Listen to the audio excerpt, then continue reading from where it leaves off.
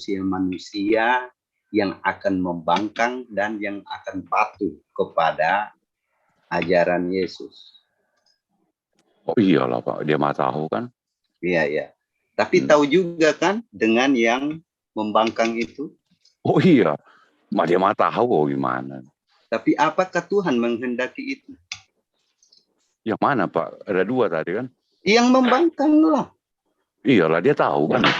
Iya, apakah dia menghendaki? Dia kan menghendaki semua manusia itu selamat Pak.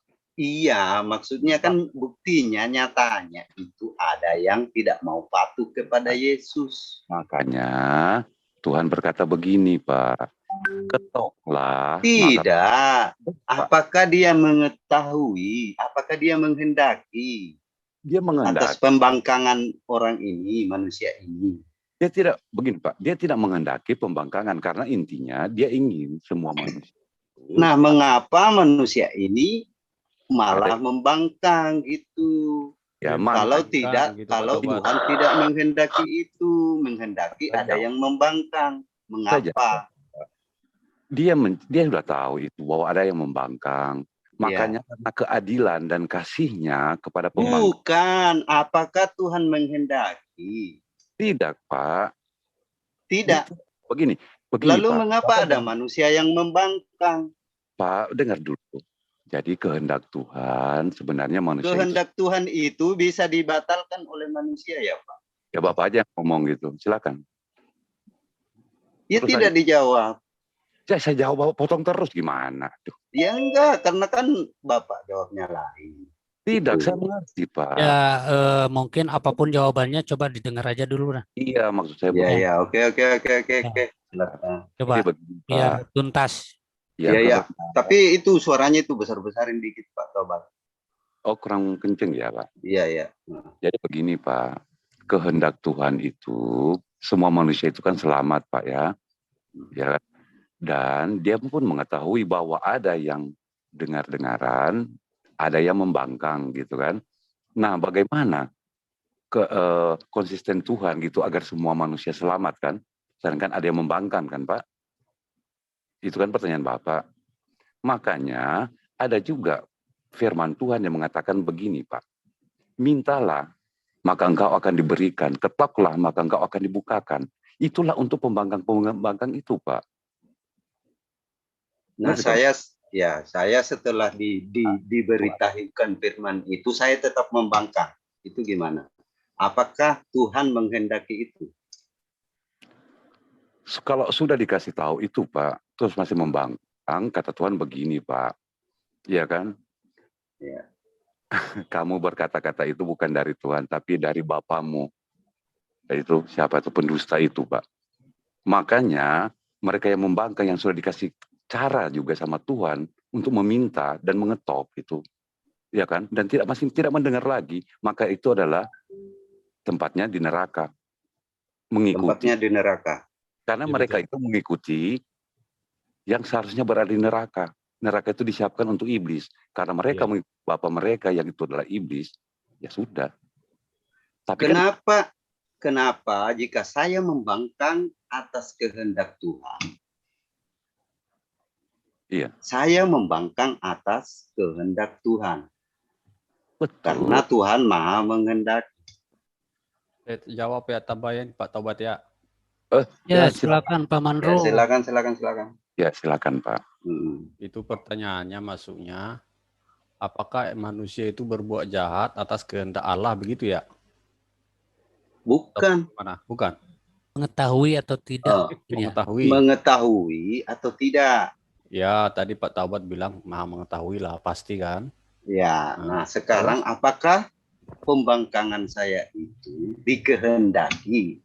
Nah, sekarang dikehendaki apa diketahui? Dikehendaki. Kan Maha mengetahui dan Maha berkehendak, Pak. Ya, itu yang mau saya perjelas, jadi biar nggak bingung yang mendengar kan gitu. Nah, tentulah itu bukan kehendak Allah. Manusia kan diberi kehendak bebas. Jadi itu kehendak siapa? Manusia dong. Berarti kehendak manusia berada di atas kehendak Tuhan. Yaitu kesimpulan Bapak toh. Ya tidak. Ya, Kan ya iyalah. artinya saya membangkang itu Mm-mm. ataukah Bapak membangkang itu murni atas kehendak manusia yang sebebas-bebasnya. Betul. Berarti kehendak manusia berada di atas kehendak Tuhan.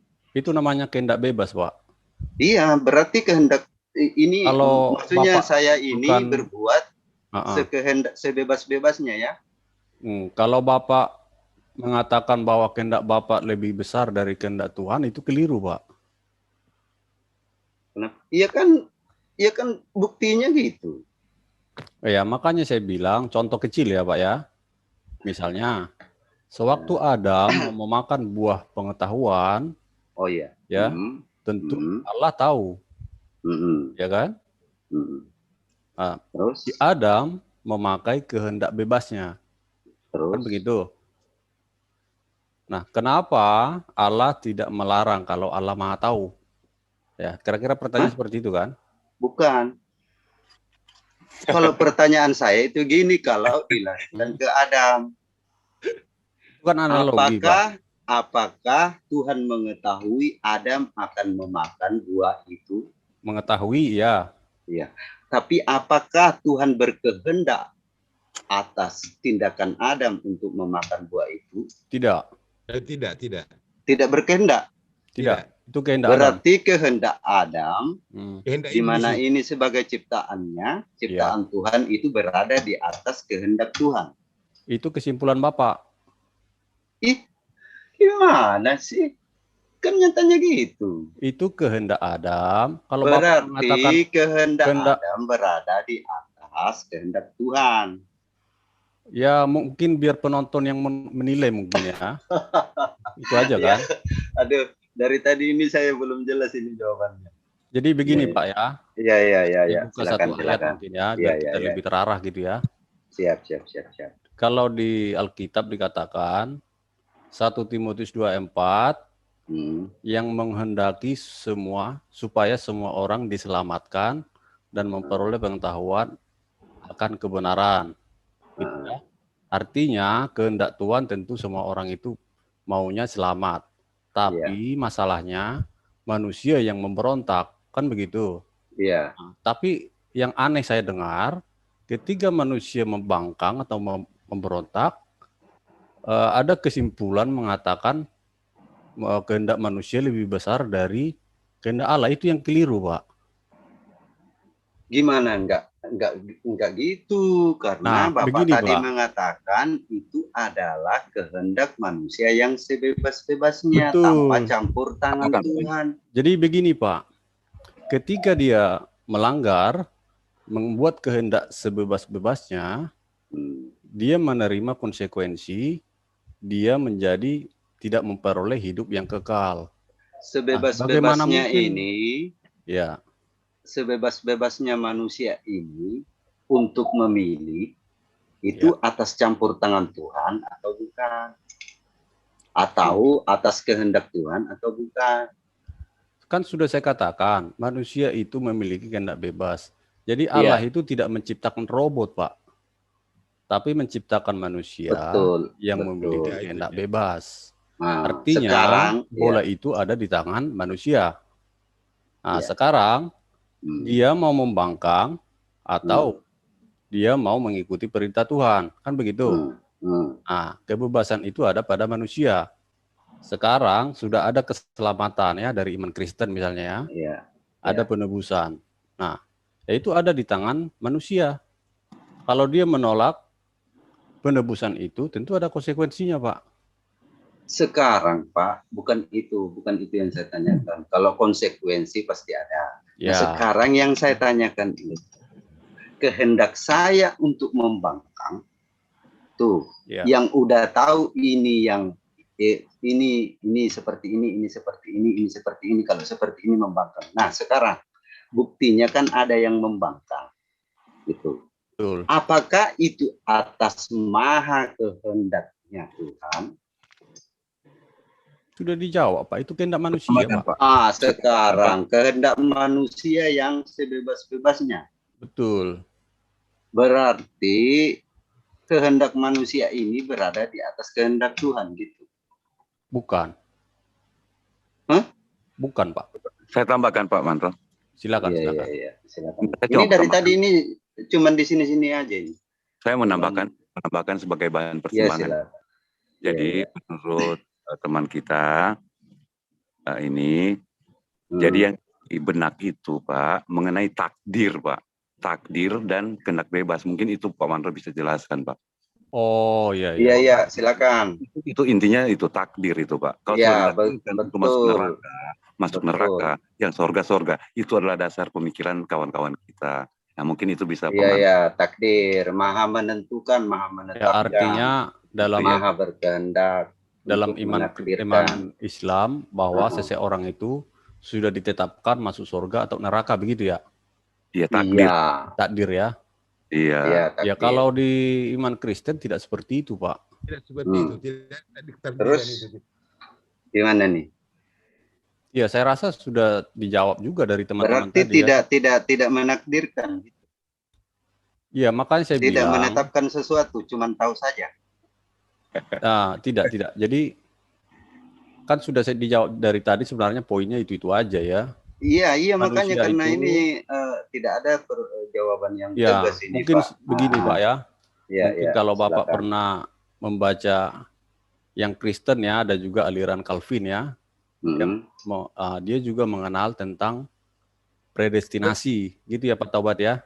Iya, predestinasi benar Pak. Predestinasi tidak jauh silakan. beda dengan pemahaman dari teman Islam ya, Iya. bahwa Allah berdaulat, Allah aku yang memilih kamu, kan begitu ya. Tunggu dulu Pak ya, saya ini mau buang air kecil dulu Pak. Ya. Oh ya, silakan. Iya. Ntar silakan lanjut Pak Taubat. Silakan dulu yang lain, pertanyaan saya disimpan dulu. Ya, silakan. Pak Mandro. Pak Mandro. Gara-gara Pak Taubat ini ya. Assalamualaikum. Iya, jadi Waalaikumsalam. Saya tambahin sedikit ya. Ya, lanjut Pak Mandro. Iya, jadi dalam iman Kristen itu ada juga ayat mengatakan biarkan gandum itu tumbuh bersama ilalang, kan begitu ya. Nanti pada saat penuaian, ilalang itu akan dipotong dan dicampakkan ke dalam api. Nah, itu seperti perumpamaan ya. Itu saya rasa itu dalam Alkitab Pak Mandro? Ya. Dalam Alkitab ya? Ya, itu ada di Matius 13 ayat 30. Pak Mandro memahaminya ya? dengan akal atau dengan iman Pak Mandro? Maksudnya? Memahami Alkitab itu dengan akal atau dengan iman? Kalau dari kekristenan mengenai akal dan iman itu tidak sinkron, Pak. Gimana ceritanya tidak sinkron itu, Pak? Ya, artinya tidak bisa walaupun itu nanti berjalan beriringan setelah kita beriman, kan begitu ya. Nah, kalau iman itu kan begini, Pak. Oke, gimana? Nah, iman itu kan tidak melihat tapi percaya. Kan begitu ya. Seperti contoh pertanyaan itu kan sebenarnya sudah ada di zaman Yesus sama murid-murid kan. Alkitab ketika itu ada, Thomas, Pak Mandro. Ya. Alkitab itu ada. Kenapa? Alkitab itu ada kan? Alkitab ada. Nah, Bapak melihat Alkitab itu tadi itu maksudnya dengan iman apa dengan akal? Ya iman, Pak, iman. Dengan iman Bapak mempercayai kitab itu tadi. Iya, karena kan mengenai agama. Bagaimana Bapak bisa tahu dengan yang benar dan yang salah? Kecil banget suaranya, Pak. Bagaimana Bapak melihat yang benar, mana yang benar, mana yang salah kalau dengan iman? Kita kan sedang mempercayai yang tidak kita lihat, kan gitu, Pak? Pertanyaannya tadi itu mempercayai Alkitab, Pak. Kandung Alkitab, bukan Allah. Iya, kan begini, Pak. Ya, contoh kecil, makanya jadi kan dipotong. Itu juga Allah? Kenapa? Apakah Alkitab itu juga Tuhan atau Allah? Ya, dari Alkitab kita mengenal Tuhan, kan? Yang dibicarakan Alkitabnya, belum Tuhannya, Pak. Tadi. Ya, itu harus ada penjelasannya, Pak. Saya tadi mau contohkan waktu Thomas tidak percaya bahwa Yesus bangkit, kan begitu ya. dia tidak percaya sebelum dia melihat. Kan begitu. Nah, Yesus memberikan pernyataan, berbahagialah orang yang tidak melihat, tapi percaya. Nah, itulah iman, Pak. Kan begitu. Iya. Nah, sekarang misalnya kita berbicara iman sama kepercayaan ya. Nah, Iman itu kan ada percaya, Pak. kenapa? Iman itu kan percaya, Pak. Percaya tapi tidak melihat, itu iman, Pak. Kalau percaya, percaya karena melihat. Ya, Definisi iman itu apa, Pak? Itu yang saya jelaskan tadi, Pak. Apa? Percaya tapi tidak melihat. Percaya tapi tidak melihat. Iya. Coba kita buka dulu teks bahasa Indonesianya, Pak. Apa itu? Ya, mungkin definisi isinya berbeda-beda, tapi poinnya nggak jauh beda dari situ, Pak. Saya kan simpulkan kan. Bapak baca yang menurut Bapak, kita diskusikan gitu. Iya, ini kan pakai bahasa Indonesia, Pak. Iya, iya. Silakan, Pak. Iya, artinya definisi dari iman itu apa? Itu tadi, Pak. Mempercayai yang tidak kita lihat gitu loh, Pak. Pak, di Ibrani 11 ayat 1, Pak. Iya, ayat 1 ya betul, ayat 1. Ibrani 11. Saya baca aja. Iya, saya silakan Pak Tobat. Iya. Ibrani 11 ayat 1 ya. Iman adalah dasar dari segala sesuatu yang kita harapkan dan bukti dari segala sesuatu yang tidak kita lihat. Nah, itu kan saya simpulkan di situ tadi. Kalau akal di mana, Pak? Ya, akal tentu kita memakai akal, Pak. Pertanyaannya maksudnya sekarang apa poin pertanyaan di situ mengenai iman kekristenan gitu loh. Iya, seperti Bapak katakan tadi itu iman tadi mempercayai apa yang tidak terlihat nih, Pak. Ya. Pertanyaannya kembali itu, apakah Bapak mengimani Alkitab Bapak yang terlihat itu? Ya, mengimani, Pak. Setelah saya pelajari, semakin kuat iman saya, Pak. Nah, berarti iman tadi bukan disematkan untuk yang hanya tidak terlihat. Emang Tuhan terlihat, Pak? Iya, tidak terlihat. Tapi Alkitab terlihat, Pak. Iya, betul. Itu kan firman yang tertulis. Melalui Alkitab itulah kita mengenal Tuhan, kan begitu? Iya, berarti Bapak imani kan? Betul. Nah, berarti yang terlihat pun disematkan bahasa iman tadi. Ya sudah jelas, Pak. Yang kita lihat aja kita bisa imani, apa yang tidak lihat aja kita bisa imani, apalagi yang terlihat, Pak. Kata Bapak tadi itu iman itu diberikan kepada Allah yang tidak terlihat. Itu maknanya, Pak. Jadi begini mungkin saya tambahkan. Jadi mungkin begini maksud teman kita, gini Pak. Begitu Pak Mandro melihat Alkitab kan, Bapak membaca, mempelajari, ya kan? Bapak percaya kan? Iya. Iya, itu maksudnya. Setelah Bapak melihat, mempelajari, baru logika Bapak